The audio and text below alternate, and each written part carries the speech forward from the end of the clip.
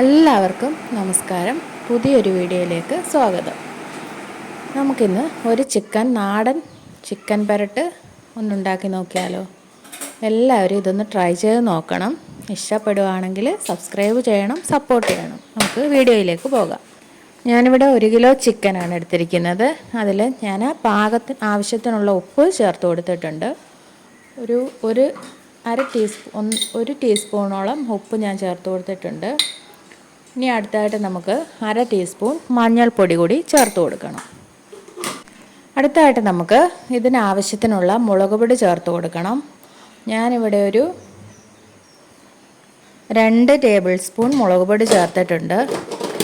നമ്മുടെ എരിവിനാവശ്യമായിട്ടുള്ള കുരുമുളകൊക്കെ ചേർക്കുന്നുണ്ട്, അതുകൊണ്ട് നമുക്ക് 2 ടേബിൾ സ്പൂൺ മുളക് പൊടി. അതിനുശേഷം നമുക്കിതിലേക്ക് ഒരു 1.5 ടേബിൾ സ്പൂൺ ഗരം മസാലപ്പൊടി ചേർത്ത് കൊടുക്കണം. അതിനുശേഷം നമുക്ക് 2 ടീസ്പൂൺ പെരുംജീരകം കൂടെ ചേർത്ത് കൊടുക്കാം. പെരുംജീരകം എന്താണെന്ന് എല്ലാവർക്കും അറിയാമല്ലോ, വലിയ ജീരകം. അതിനുശേഷം നമുക്ക് 1 ടേബിൾ സ്പൂൺ കുരുമുളക് പൊടി കൂടെ ചേർത്ത് കൊടുക്കാം. ശകലം എരിവ് കൂടുതൽ വേണമെങ്കിൽ 2 ടേബിൾ സ്പൂൺ കുരുമുളക് പൊടി ചേർത്ത് കൊടുക്കാം. അതിനുശേഷം നമുക്ക് ഒരു 2-3 തണ്ട് കറിവേപ്പിലയും കൂടി ചേർത്ത് കൊടുക്കാം. അതിനുശേഷം ഞാനൊരു 6-7 അല്ലി വെളുത്തുള്ളി എടുത്തിട്ടുണ്ട്.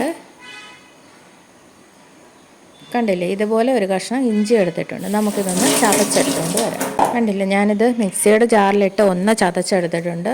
അത് നമുക്ക് ചിക്കനിലേക്ക് ചേർത്ത് കൊടുക്കാം.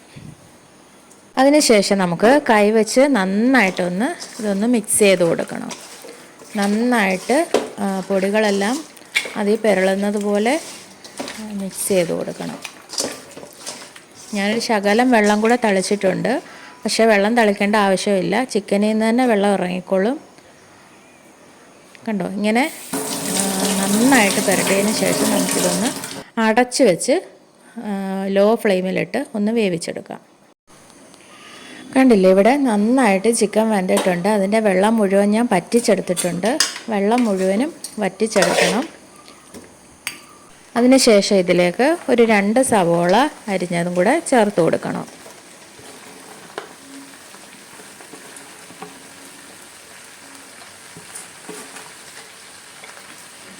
അതിനുശേഷം നമുക്ക് നന്നായിട്ടൊന്ന് ഇളക്കി യോജിപ്പിച്ച് കൊടുക്കണം. ഒട്ടും വെള്ളമില്ല ഇതിനകത്തിൽ. നമുക്ക് എല്ലാം കൂടെ നന്നായിട്ടൊന്ന് ഇളക്കി യോജിപ്പിച്ച് കൊടുക്കാം.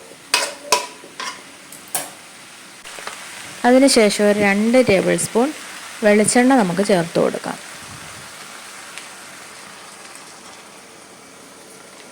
വെളിച്ചെണ്ണ ചേർത്ത് കൊടുത്തതിന് ശേഷം നമുക്ക് ഒരു 2 തണ്ട് കറിവേപ്പിലയും കൂടെ ഇതിലേക്ക് ചേർത്ത് കൊടുത്ത് നന്നായിട്ടൊന്ന് ഇളക്കി ഒരു മീഡിയം ഫ്രൈ ആക്കി നമുക്ക് എടുക്കണം.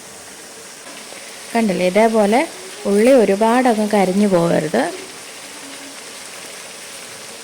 ഒരു മീഡിയം ഫ്രൈ ആകുമ്പോൾ തന്നെ നമുക്ക് ഗ്യാസ് ഓഫ് ചെയ്യാം. കണ്ടില്ലേ, ഇവിടെ എളുപ്പത്തിലൊരു ചിക്കൻ പെരട്ട് എങ്ങനെയാണ് തയ്യാറാക്കുന്നതെന്ന് എല്ലാവരും ഇതൊന്ന് ട്രൈ ചെയ്ത് നോക്കണം. സബ്സ്ക്രൈബ് ചെയ്യണം, സപ്പോർട്ട് ചെയ്യണം.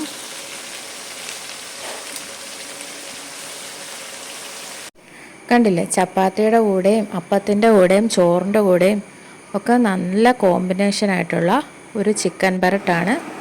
എല്ലാവരും ഒന്ന് ട്രൈ ചെയ്ത് നോക്കണം, സപ്പോർട്ട് ചെയ്യണം.